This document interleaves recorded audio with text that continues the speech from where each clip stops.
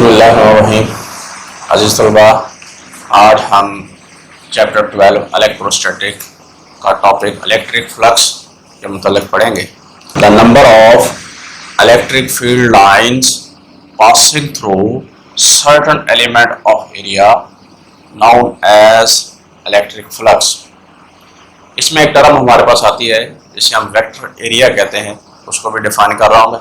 ये अमूमन short question में आ जाता है। A vector whose magnitude equal to the surface area, जिसकी magnitude equal to surface area है of element and always perpendicular to surface area, और सरफेस एरिया पर परपेंडिकुलर होता है। देखें, इसकी मैं वजाहत करता हूँ। जैसे ये आपके पास एक एलिमेंट है, एलिमेंट ऐसा हो जिसका एरिया हो। हमने डेफिनेशन में भी ये बात की, एलिमेंट ऑफ एरिया यानी एलिमेंट जिसका एरिया मौजूद है, ये सरफेस एरिया है। अब ये जो वेक्टर है, वेक्टर एरिया इस सरफेस पर परपेंडिकुलर है। इस सरफेस पर ये वेक्टर आपके पास ऐसे हम ड्रा करेंगे, परपेंडिकुलर ए से जाहिर करते हैं, इसे एरो साइन इसके ऊपर लगा देते हैं, वेक्टर को रिप्रेजेंट करता है। अगर मैं इस सरफेस पर बनाओ तो हमारे पास ये बनता है वेक्टर एरिया, यानी इस प्लेन के ऊपर परपेंडिकुलर है। अगर इस प्लेन पर बनाएं तो हमारे पास ये बनता है वेक्टर एरिया। ये मैंने वेक्टर एरिया की आपको पहचान बताई कि ऐसा ये वेक्टर है जो इस सरफेस की प्लेन पर परपेंडिकुलर है। इलेक्ट्रिक फ्लक्स की एक्सप्लेनेशन करते हैं। इलेक्ट्रिक फ्लक्स की जब हम एक्सप्लेनेशन की बात करते हैं तो हमारी जो डेफिनेशन है, जो अभी हमने रिकॉल की है, कि फील्ड लाइंस किसी भी एलिमेंट से, जैसे ये एक एलिमेंट है और एक ये एलिमेंट है, इन एलिमेंट से जो फील्ड लाइंस की तादाद है उसको हम इलेक्ट्रिक फ्लक्स कहते हैं। जितनी फील्ड लाइंस पास करेंगी इस एलिमेंट से उतना इलेक्ट्रिक फ्लक्स होगा। सपोज कर ले आपके पास ये एक एलिमेंट 1 है, इसमें से इस वन एलिमेंट में से जो आपके पास फील्ड लाइन गुजर रही है वो आपके पास कितनी है? 2। नंबर ऑफ फील्ड लाइंस 2 है। इलेक्ट्रिक फील्ड लाइंस अगर 2 हैं तो फिर हमारे पास इसमें फ्लक्स आपके पास आप 2 कंसिडर करेंगे कि हमारे पास 2 फील्ड लाइन पास आउट हो रही है। अगर हम इस एरिया की बात करें 2 की, इसमें 1 2 3 4 फील्ड लाइंस पास आउट कर रही है, इसमें ज्यादा फ्लक्स गुजर रहा है। अब हम जो चीज देख रहे हैं कि ये फील्ड लाइंस इस प्लेन में से, इस सरफेस में से परपेंडिकुलरली बाहर आ रही है, परपेंडिकुलरली आपके पास सरफेस से बाहर आ रही है। मैं आपको ये बताता चलूं कि जो इलेक्ट्रिक फ्लक्स को हमने डिफाइन किया, इस इलेक्ट्रिक फ्लक्स को हम ग्रीक लेटर फाई से जाहिर करते हैं। ये जो इलेक्ट्रिक फ्लक्स हमारे पास ग्रीक लेटर फाई से जाहिर होता है, साथ ई का साइन लगा देते हैं। अब ये जो इलेक्ट्रिक फ्लक्स है फाई ई, जिसको मैंने साथ डेफिनेशन के साथ लिख दिया, इलेक्ट्रिक फ्लक्स फाई ई, हम कह रहे हैं कि ये हमारे पास रिप्रेजेंट, जब भी फाई आएगा, ग्रीक लेटर आएगा फाई, तो आपके पास क्या होगा? इलेक्ट्रिक फ्लक्स होगा। अगर फाई ई है तो क्लियर है ये बात, ई इलेक्ट्रिक फ्लक्स को जाहिर करता है। अब हम इसी इलेक्ट्रिक फ्लक्स की बात करते हुए देखते हैं कि हमने सरफेस जो ली है, सरफेस एलिमेंट है, तो उसके अंदर से फील्ड लाइन परपेंडिकुलरली जो बाहर आ रही है। अब उन परपेंडिकुलरली लाइंस के ऊपर थोड़ी सी हम डिस्कशन करते हैं कि वो क्वांटिटेटिवली हम उसको किस तरह एक्सप्लेन करेंगे। देखें, ये है इलेक्ट्रिक फील्ड लाइंस जो मैंने इस प्लेन में दिखाई है। इस प्लेन को ड्रा किया गया और फील्ड लाइंस ड्रा की गई। अब इन फील्ड लाइंस के परपेंडिकुलरली बाहर आने से क्या हुआ? मैक्सिमम फील्ड लाइंस बाहर आई हैं और फ्लक्स हमारे पास मैक्सिमम हुआ। इस सतह का जो फ्लक्स है वो हमारे पास क्या हुआ? फाई ई इलेक्ट्रिक फ्लक्स किसके बराबर आएगा? आपके पास ई, इसकी मैग्नीट्यूड है, फील्ड लाइन की तादाद है। अब एरिया ऑफ द सरफेस, ये मैं सरफेस का एरिया की बात कर रहा हूं, वेक्टर एरिया की बात नहीं है अभी, ये सरफेस के एरिया की बात है। तो एरिया ऑफ द सरफेस जो कि परपेंडिकुलरली एरिया हेल्ड किया गया है, सरफेस आपके पास क्या पड़ी है? परपेंडिकुलरली पड़ी है आपके पास, तो ये इन दोनों के प्रोडक्ट के बराबर आ रहा है, यानी मैक्सिमम फील्ड लाइन जो गुजर रही है, तो हमारे पास यहाँ फ्लक्स मैक्सिमम है। अब इस सिचुएशन में हम देखते हैं, अगर हम प्लेन ऑफ द सरफेस जो है, यानी जो सरफेस कह दें या प्लेन कह दें, आपके पास जो एलिमेंट है उसकी अगर हम पैरेलल रखते हैं तो फिर हमारे पास क्या सूरत हाल होती है कि इलेक्ट्रिक फ्लक्स जो हमारे पास फाई ई है, ये आपके पास किसके बराबर आएगा, E area of the plane. जो प्लेन का एरिया है वो parallel to the field lines है, और हम देख रहे हैं कोई भी फील्ड लाइंस इस एरिया में से नहीं गुजर रही। तो हमारे डेफिनेशन के मुताबिक अगर फील्ड लाइंस पास नहीं कर रही उस सरफेस में से, तो फिर आपके पास फ्लक्स जीरो होता है। तो यहाँ हमारे पास इसका फ्लक्स जीरो आएगा। इसी तरीके से हम इंक्लाइंड प्लेन की तरफ जाते हैं। देखिए यहाँ हमारे पास जो सरफेस एरिया है वो आपके पास इंक्लाइंड दिखाया गया। इधर हमारे पास जो सरफेस एरिया है ये आपके पास सरफेस एरिया परपेंडिकुलर है। ये सरफेस एरिया फील्ड लाइन के साथ, देखिए ये एरिया है सरफेस का, ये पैरेलल है, और ये आपके पास इंक्लाइंड। इंक्लाइंड में क्या होता है, कोई एंगल बनाता है। अगर ये एंगल बना रहा है, किसी एंगल पर है, यहाँ भी ले सकते हैं एंगल, यहाँ भी ले सकते हैं, तो जो एंगल आपके पास बन रहा है इस एरिया का हम प्रोजेक्शन लेंगे। अब जब हम प्रोजेक्शन लेते हैं तो उस प्रोजेक्शन से हमारे पास मैक्सिमम लाइन, जैसे ये प्रोजेक्शन हमने लिया, ये साइड इसकी क्या कहलाएगी, आपके पास ए कॉस थीटा कहलाएगी। जो एंगल थीटा बना हुआ है इसके साथ वाली जो हमारे पास जो इसके लॉन्ग है हमारे पास साइड, उसको हम क्या कह रहे हैं, ये हमारे पास ए कॉस थीटा है। जिस तरह हम बेस कंसिडर करते हैं, रेजोल्यूशन करते हैं, तो ये हमारे पास ये जो प्रोजेक्शन है ये प्रोजेक्शन बनेगा ए कॉस थीटा। अब इसी तरह एक प्रोजेक्शन यू होगा आपके पास,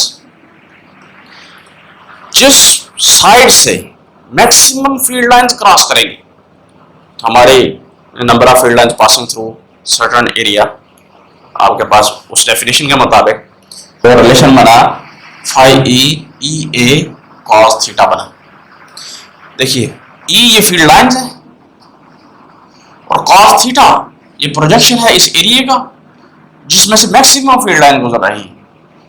तो वो हम साइड लेंगे, वो पोर्शन लेंगे जिसमें से मैक्सिमम फील्ड लाइन गुजरेंगे। तो हमारे पास आपके पास फ्लक्स क्या हुआ, फाई ई ए कॉस थीटा। अगर हम कहते हैं, ये बात वाज़ेह है हम पर, कि इलेक्ट्रिक फील्ड इंटेंसिटी एक वेक्टर क्वांटिटी है, तो एरिया है जिसका हमने प्रोजेक्शन लिया हुआ, इसका भी हम वेक्टर ड्रॉ करें, तो अभी हमने जो डेफिनेशन बयान की है वेक्टर एरिया, वो इसका वेक्टर है जिसकी मैग्नीट्यूड तो इस एरिया के बराबर है और परपेंडिकुलर है इस सरफेस पर। अब मैं इसको ड्रॉ करता हूं। अब देखिए अगर यहां से फील्ड लाइन गुजर रही है या यहां से गुजर रही है, या यहां देख लें, जहां भी आप नोट करें, ये फील्ड लाइन के साथ एंगल थीटा पर है ए वेक्टर, यानी वेक्टर एरिया फील्ड लाइन के साथ परपेंडिकुलर है। वेक्टर एरिया फील्ड लाइन के साथ थीटा एंगल पर है और सरफेस पर परपेंडिकुलर है, अब हमारे पास जो रिलेशन वादे हो गया इलेक्ट्रिक फ्लक्स का, phi E is equal to E, देखिए कॉज आता है, दो वेक्टरों की प्रोडक्ट हो, जब कॉज आए तो डॉट प्रोडक्ट होती है, ई डॉट ए, ये रिलेशन वाज़ेह हो गया। इलेक्ट्रिक फ्लक्स का जर्नल जो रिलेशन बना, इस रिजल्ट को मैं लिख रहा हूं, phi E is equal to E dot A. ये भी वेक्टर है, ई भी और ए भी। अब हमारा जो क्वेश्चन है, electric flux through a surface enclosing a charge. इससे पहले जो हमारा टॉपिक था वो इलेक्ट्रिक फ्लक्स था। इलेक्ट्रिक फ्लक्स का हमने जनरल रिलेशन ड्राइव किया, मैथमेटिकली उसका जो है वो फार्मूला ड्राइव किया। वो क्या था, phi E is equal to E dot A, यानी electric field intensity dot product of vector area. अब हम जब ये क्वेश्चन देखते हैं, ये क्वेश्चन हमारे पास जो आया हुआ है कि कोई ऐसी सरफेस है जिसने चार्ज इनक्लोज किया हुआ है। हम सपोज कर लेते हैं हमारे पास ये एक स्फीयर है, इस स्फीयर का रेडियस r है, यहाँ से सेंटर से जो फासला रेडियस होता है ये r है। आपके पास इस स्फीयर के सेंटर पर पॉजिटिव चार्ज q रखा गया है। अब देखें पॉजिटिव चार्ज से फील्ड लाइंस आउटवर्ड होती है, सफेयर हॉलो है अंदर से, ये आपके पास बिल्कुल फुटबॉल की तरह है। तो आपके पास फील्ड लाइंस आउटवर्ड आएंगी परपेंडिकुलरली टू द सरफेस, यानी टेजेंट टू द सरफेस होंगे, सफेयर की सरफेस पर टेजेंट होंगे। अब ये सारी की सारी जो फील्ड लाइंस बाहर आएंगी, आपके पास हर सरफेस, हर पॉइंट पर जहां पर भी आप देखेंगे ये सरफेस से परपेंडिकुलरली आ रही है। हमने जो इससे इलेक्ट्रिक फ्लक्स का रिलेशन निकालना है, जो इलेक्ट्रिक फ्लक्स का हम इससे रिलेशन निकालेंगे, वो रिलेशन तो हमारे पास इस फार्मूले के मुताबिक होगा जो अभी हमने इलेक्ट्रिक फ्लक्स का रिलेशन देखा है, E डॉट ए। इसमें ये इलेक्ट्रिक फील्ड है, ये आपके पास वेक्टर एरिया। अब ये जो रिलेशन हमने बिल्ड करना है इलेक्ट्रिक फ्लक्स का इस चार्ज की वजह से, तो ये जब रिलेशन डेवलप किया गया था तो हमारे पास जो सरफेस ली गई थी, यानी जो एलिमेंट था उसकी जो सरफेस एरिया था वो फ्लैट था, प्लेन था। अब यहाँ पर हमारे पास क्या है, ये सफेयर है, तो हम इस सफेयर को लार्ज नंबर ऑफ पार्ट्स में डिवाइड कर देंगे, छोटे छोटे टुकड़ों में, जैसे फुटबॉल के ऊपर नहीं पैचेस बने होते, इसको हम पैचेस में डिवाइड कर देंगे। तो वो जो हर पैचेस का जो एरिया होगा, बहुत सारे जो पैचेस बनाएंगे वो हम कहेंगे कि पहले पैच का जो एरिया है डेल्टा A1 है, तो दूसरे का फिर आपके पास डेल्टा A2 है, तो इसी तरह ये हमारे पास डेल्टा AN nth पैच का होगा, यानी जो इसके अंदर छोटे छोटे हमने पैच बना लिए इसकी पूरी सरफेस के ऊपर। अब हर पैच के ऊपर, जिस तरह मैंने ये दिखाया एक वेक्टर एरिया, हर पैच के ऊपर एक आपके पास क्या होगा, वेक्टर एरिया होगा। वो वेक्टर एरिया जो हर पैच पर होगा उसको हम यूज ज़ाहिर करेंगे डेल्टा, क्योंकि उसकी मैग्नीट्यूड तो एरिया के बराबर होती है। इस एरिया की आपके पास डेल्टा A1 एरो का साइन दे देंगे, ये वेक्टर एरिया है हर पैच का।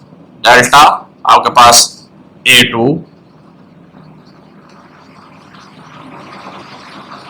और ये आपके पास डेल्टा AN। हर पैच के ऊपर इलेक्ट्रिक फील्ड की डायरेक्शन मैग्नीट्यूड सेम होगी, क्योंकि चार्ज से फासला सेम है, सफेयर का रेडियस जो आ रहा है सरफेस पर फासला आपके पास सेम रहेगा, मैग्नीट्यूड डिफरेंट होगी। हर पैच पर जो मैग्नीट्यूड होगी उसको हम E1 इलेक्ट्रिक फील्ड इंटेंसिटी, हमारे पास हर पैच के ऊपर इलेक्ट्रिक फील्ड इंटेंसिटी की डायरेक्शन डिफरेंट होगी, मैग्नीट्यूड सेम है। आपके पास E1 फर्स्ट पैच पर, E2 सेकंड पैच पर डायरेक्शन है इलेक्ट्रिक फील्ड इंटेंसिटी की, तो इसी तरीके से हमारे पास ये nth पैच पर क्या होगी, डेल्टा EN होगी। अब हर पैच में से फ्लक्स हम कैलकुलेट करेंगे। इलेक्ट्रिक फ्लक्स होगा फर्स्ट पैच का φ1 E1 delta A1 E1 delta A1 cos 0 degree. आपके पास E1 delta A1 cos 0 degree, हमने डॉट प्रोडक्ट को सॉल्व किया। 0 डिग्री क्यों लिया, इन दोनों के दरमियान एंगल 0 है, पैरेलल है आपस में, दोनों सरफेस पर आपके पास क्या है, परपेंडिकुलर है। तो आपके पास जो रिजल्ट बना E1 delta A1 cos 0 degree 1 हुआ था, तो इसी तरीके से यहाँ पर भी जो एंगल होगा वो 0 डिग्री आएगा। दूसरा पैच अगर आप यहाँ लेते हैं तो इस तरीके से बेशुमार हम सफेयर है, पूरी 3 डायमेंशनल फिगर होती है। हर पैच के ऊपर जो हमारे पास रिजल्ट आएगा डेल्टा A2। इसी तरीके से ये सिलसिला चलाते चलें तो हमारे पास φn is equal to En delta AN के बराबर आएगा। अब टोटल फ्लक्स की जब हम बात करते हैं, total electric flux, total electric flux हमारे पास किसके बराबर आया, φ1 प्लस φ2 प्लस और ये हमारे पास कहां तक जा रहा है, φn तक। ये आपके पास E1 delta A1 plus E आपके पास 2 डेल्टा A2 प्लस ये En डेल्टा AN, ये हमारे पास टोटल इलेक्ट्रिक फ्लक्स आया। अब हमने जो बात की थी कि इन तमाम फील्ड्स की जो मैग्नीट्यूड है, जितने भी पैचेस हैं जहाँ पर जो इलेक्ट्रिक फील्ड है वो मैग्नीट्यूड सेम है और आपके पास डायरेक्शन डिफरेंट है, तो फिर मैं लिख सकता हूँ कि E1 इक्वल है किसके बराबर है, E1 की जो मैग्नीट्यूड है वो E2 के इसी तरीके से E3 ये इक्वल है